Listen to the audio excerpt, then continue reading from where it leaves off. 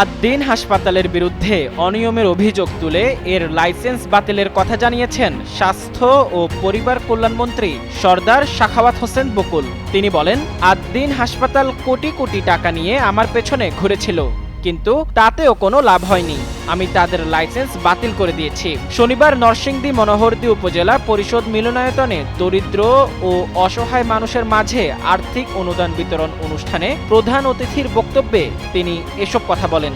স্বাস্থ্যমন্ত্রী আরও বলেন, বর্তমান সরকার দুর্নীতির বিরুদ্ধে কঠোর অবস্থান নিয়েছে এবং কোনো অনিয়মের সঙ্গে আপোষ করবে না। তিনি দাবি করেন, বিগত সরকারের সময় দুর্নীতির মাধ্যমে দেশের অর্থ বিদেশে পাচার করা হয়েছে, কিন্তু বর্তমান সরকার জনগণের সেবা নিশ্চিত করতে কাজ করছে। এ সময় স্বাস্থ্য খাতের বিভিন্ন পরিকল্পনার কথাও তুলে ধরে তিনি জানান,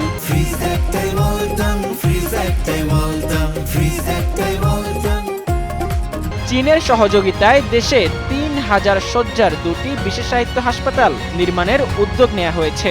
এসব হাসপাতালে নারী ও শিশুদের জন্য বিশেষায়িত চিকিৎসা সেবা নিশ্চিত করা হবে।